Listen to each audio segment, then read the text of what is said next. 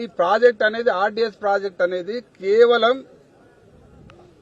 నడిగడ్డ ప్రజలకు 87,000 ఎకరాలకు నీళ్లు అందించడానికి 15.9 టీఎంసీల నీళ్లు నిల్వ ఉంచి 87,500 ఎకరాల ఆయకట్టుకు నీళ్లు ఇవ్వడానికి డిజైన్ చేయబడ్డది.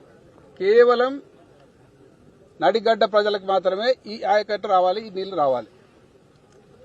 మరి అటువంటి దాన్ని గతంలోనే అక్కడ రైట్ కెనాల్ కట్టడానికి ప్రయత్నం జరిగినాయి. ఇక్కడ తూములు బాధలు కొట్టి సుంకేశ్లో నీళ్లు తీసుకోవడానికి ప్రయత్నం జరిగినాయి. మరి ఆ కాలంలోనే తెలంగాణ ఉద్యమం నడిచే టైంలోనే ఈ అక్రమాలు అడ్డుకోవడానికి కేసీఆర్ గారు స్వయంగా దీనిపైన పాదయాత్ర కూడా చేసి అందరికి హెచ్చరిక చేయడం జరిగింది.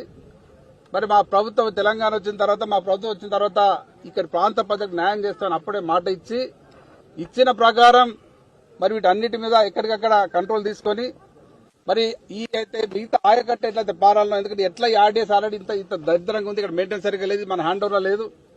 మరి మనకంటూ ప్రాజెక్టు ఉండాలనే తుమ్మిళ్ళ ప్రాజెక్టును డిజైన్ చేసి దాన్ని శాంక్షన్ చేసి కంప్లీట్ చేసి అది స్టార్ట్ కూడా చేయడం జరిగింది. ఆ మిగతా రిజర్వాయర్లు ఈ ప్రభుత్వంలో కనీసం చెల్లం కూడా లేదు. ఈ రకంగా చూస్తే ఇక్కడ ఉన్న పరిస్థితి ఎంత భయంకరంగా ఉందని ఇక్కడ వచ్చి చూస్తే ఇక్కడ కర్ణాటక వాళ్ళు పక్కనే కళ్ళకు కనిపిస్తా ఉంది. వాళ్ళు చెప్తా ఉన్నారు తాగునీటి కొరకని. మరి తాగునీటి కొరకని అక్కడ రిజర్వాయర్ కంటే 2 టీఎంసీ రిజర్వాయర్, ఇక్కడ ఉన్నదే మొత్తం కొడితే మీరు నిలిచేదే 3-4 టీఎంసీలు. దీనికి వెళ్ళి వాళ్ళు 2 టీఎంసీలు అంటారు, కంటిన్యూ తీసుకపోతే 4-5 టీఎంసీలు తీసుకుపోతారు. అక్కడ వాళ్ళు ఆ పని చేస్తా ఉన్నారు. ఈ రకంగా చూస్తే ఆర్డీఎస్ ఆయకట్టు కొత్త గుండు సున్న అవుతుంది.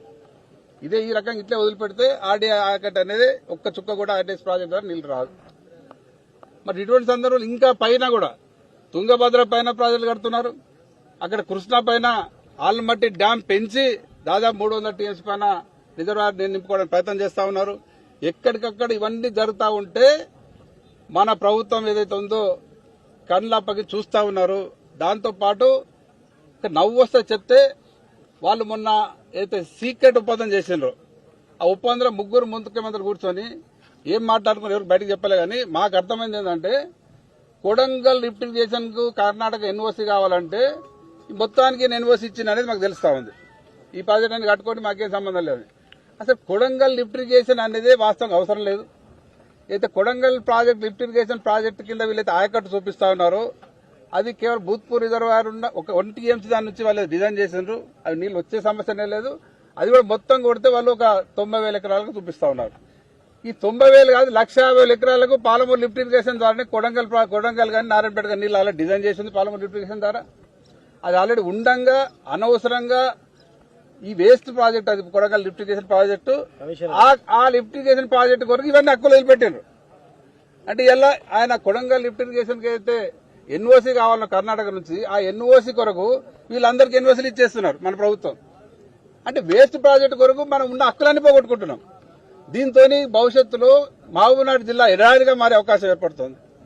ఇక్కడనే కాదు జూరాల కాదు ఈవెన్ శ్రీశైలం దానికి కూడా నీళ్ళు వచ్చే అవకాశం ఉండదు. రేపు కేఎల్ఐ బంద్ అవుతుంది, పిఎల్ఐ బంద్ అవుతుంది, మొత్తం అన్ని ప్రాజెక్టులు బంద్ అవుతాయి.